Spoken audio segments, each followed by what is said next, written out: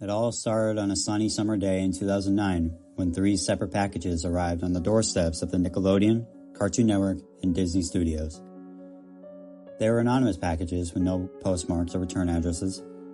No one saw them being delivered, and each had only a simple note attached, which read, "I've created something I love. From me to you, Bad Mouse." Strange, but the recipients decided to humor the packages anyway, thinking it was fan mail or something of the sort. When they were opened, they revealed several videotapes. They all had titles hastily scrolled on. For Bad Mouse, Episode 1, Bad Mouse, Episode 2, and so on. There were 13 total, the last of which had an additional notation reading, "This is the last." As to the contents of the tapes, they contained what everyone assumed to be Bad Mouse, who was a mouse sock puppet, complete with 2 large ears, eyes, and buck teeth all clearly made with paper. But it had arms that were clearly stitched on in post, and a cartoony tail that did not match the rest of the sock puppet. All the tapes were in black and white, and had very simple premises. In a high-pitched and nasally voice, Bad Mouse talked about numbers, the alphabet, animals, colors, and other really straightforward topics. They were only about 4 or 5 minutes long each, with no background music, title cards, or anything. Just Bad Mouse talking. Nothing was too unusual or frightening about the show, so to speak. Clearly it was done on a very low budget, but what exactly was the point of it? It surely wouldn't entertain anyone over the age of 3. Some dismiss it as some kind of stupid prank, while others joke that whoever delivered these tapes to the studios was banking on Bad Mouse being made into an actual show. Unfortunately, that was not how it worked. And after all the episodes were viewed, and everyone got a good laugh at someone's pitiful attempt at stardom, the episodes were all dismissed and promptly canned. Though there were some who found Bad Mouse to be unsettling and creepy, but they would never bring that up in front of their colleagues. That was supposed to be the end of it, but just 1 week later, more packages arrived, with a note now reading, "From me to you, Bad Mouse." The "I have something I love" being notably omitted. Inside the packages were 13 tapes, just like last time, and when everyone gathered to watch them, they were actually surprised. While each episode was about the same length as before, the show actually had color and plots, music, title cards, and more sock puppet characters and environments, though it was still clearly made on the smallest ounce of a budget. The visuals and effects were shoddy at best. Whoever was voicing Bad Mouse clearly voiced the other sock puppet characters. There was a strange hum of static in the background, and occasionally a loud beeping noise came from out of nowhere and bloodied the ears of all who heard it. Needless to say, it was not nearly enough to convince the executives to even fathom the idea of greenlighting it. And Nickelodeon, Disney, and Cartoon Network all tossed the tapes into the garbage. Bad Mouse is getting desperate, a Nickelodeon executive quipped after sipping his coffee. Was that the end of it? Everyone thought so until another week had passed and 3 more packages just bearing the words, "Bad Mouse," arrived at each studio, and all 3 went straight to the trash can. However, a curious Cartoon Network intern secretly fished the package out of the trash.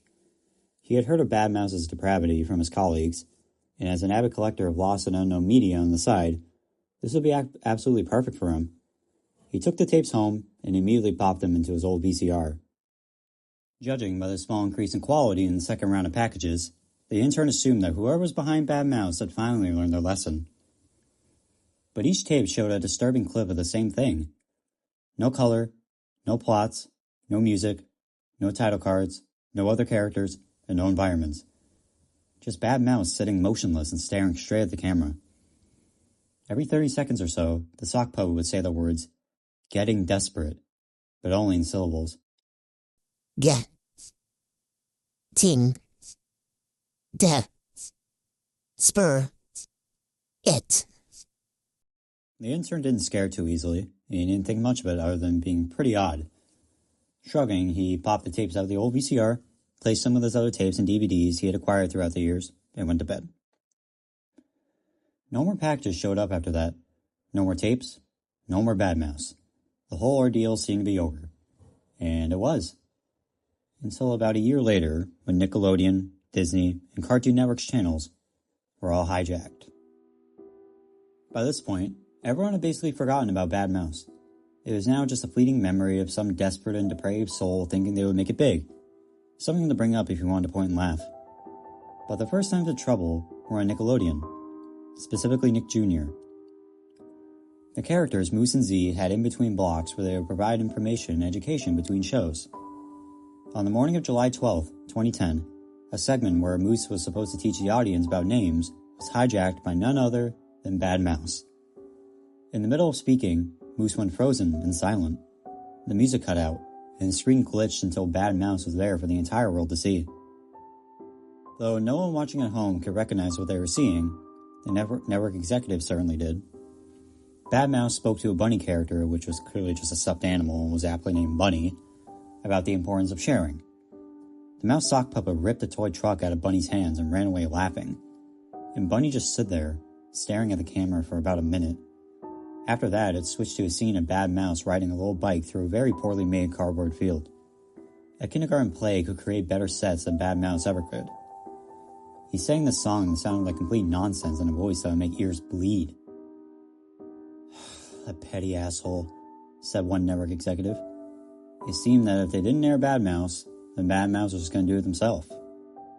The network executives were too embarrassed to simply power down the channel over what was definitely a stupid prank. They thought just slapping the technical difficulty screen on it would do the trick every time, but that didn't stop Bad Mouse. For the next 2 weeks, all the shows on air were cut off, and the broadcast became a mess due to Bad Mouse jumbling everything up. Bad Mouse would always return, just playing the same 13 crappy episodes on repeat. Calls were made by angry parents and their confused children, and each channel promised to resolve the issues, but they never could. While all 3 channels were determined to solve the issues, in the grand scheme of things, no one took them that seriously. They came off as more annoying than anything. Nickelodeon, Disney, and Cartoon Network made it absolutely clear that this was not their doing, and that their broadcasts had been hijacked, and they didn't know who it was or where it was coming from. With those statements out to linger in the air, the internet began to fill with rumors and speculation. Everyone was curious about the problems their children's channels were having. There were still people assuming it was just a very clever prank and was the work of people who had nothing better to do but get a rise out of these channels and their viewers. But others had darker theories. Many of them poked and made fun of for being just as stupid as Bad Mouse itself. They range from Bad Mouse being the work of a disgruntled employee, an artificial intelligence, a paranormal phenomenon, aliens, or some kind of supernatural or superhuman entity. In today's world, we're all pretty cynical and seem to disregard more dramatic notions because it doesn't align with our short-ordered view of reality. Despite the many rumors, as July came to a close, things seemed to be getting better.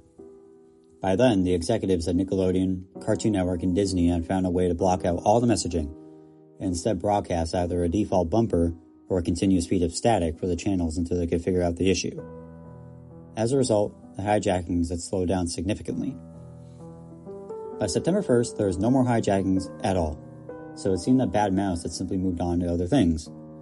Everyone was relieved, but there was still the occasional hush murmur that whoever was behind these hijackings would be back, because clearly Bad Mouse seemed like a persistent weirdo.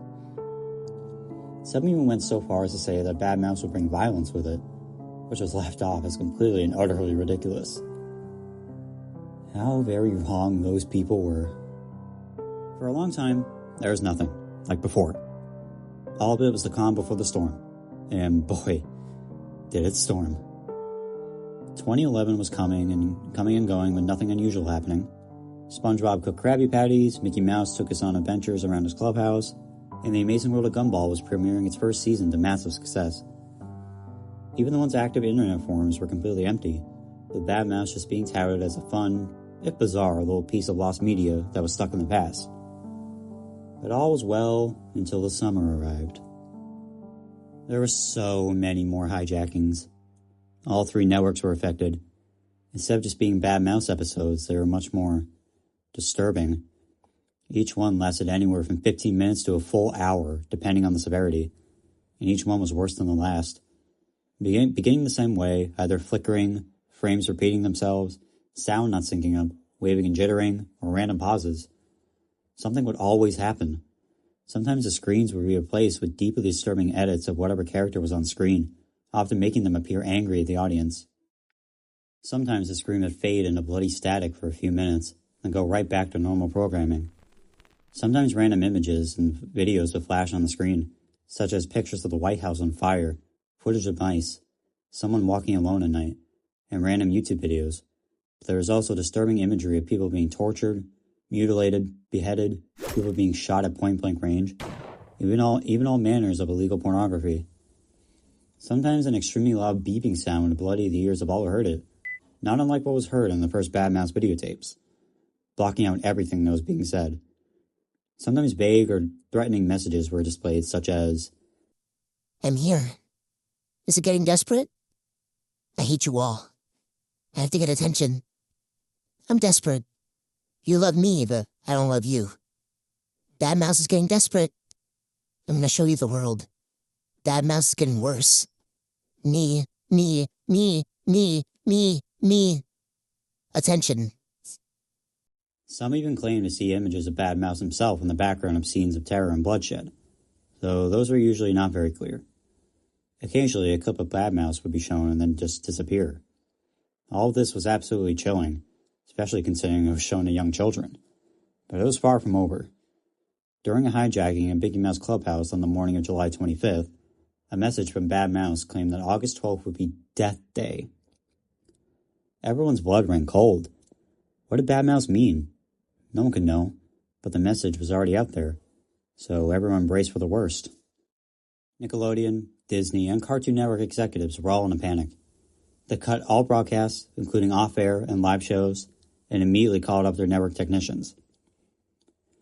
To everyone's horror, the technicians were unable to locate the origin of the hijackings.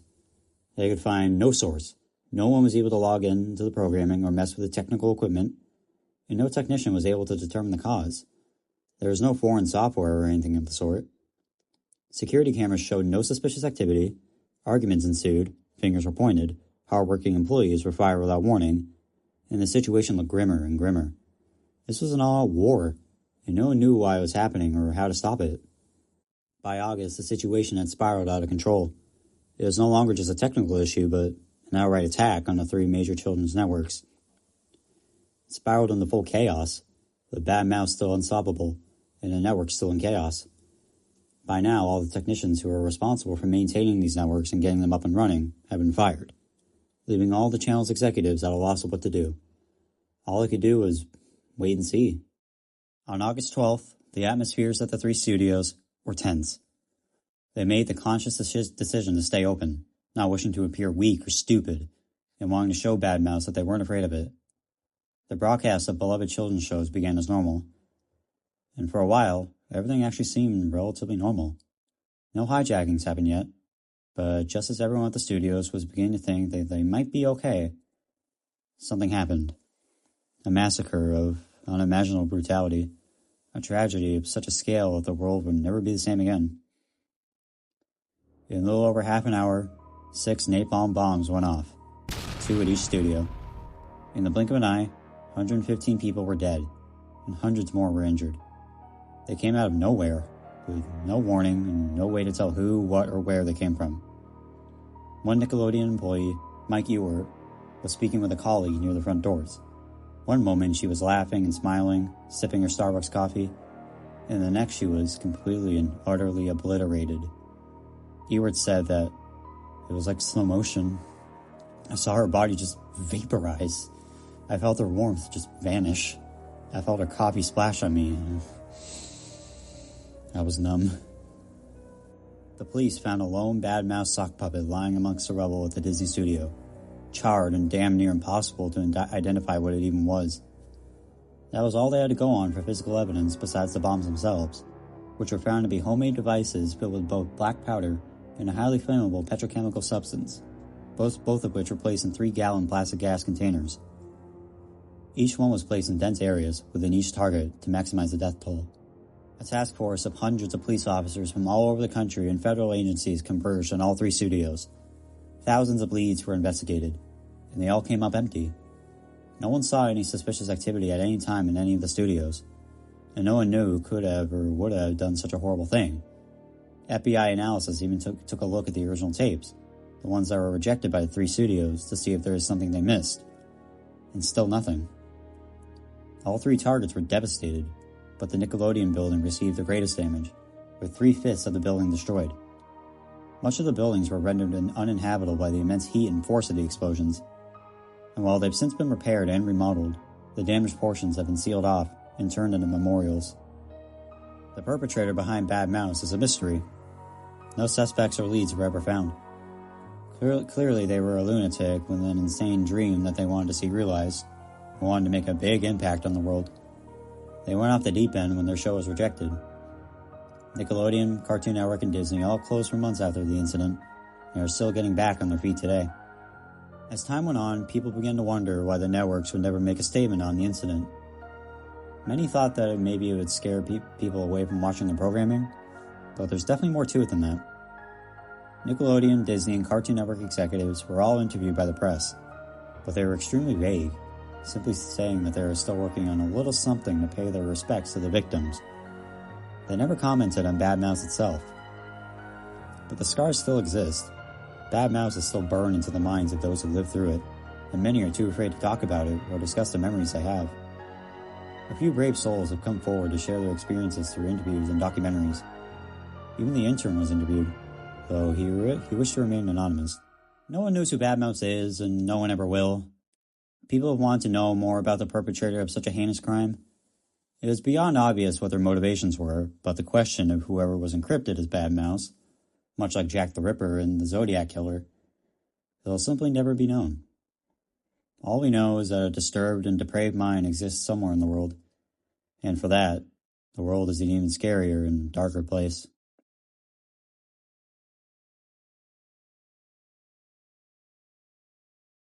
Hi, guys. It's me, Bad Mouse.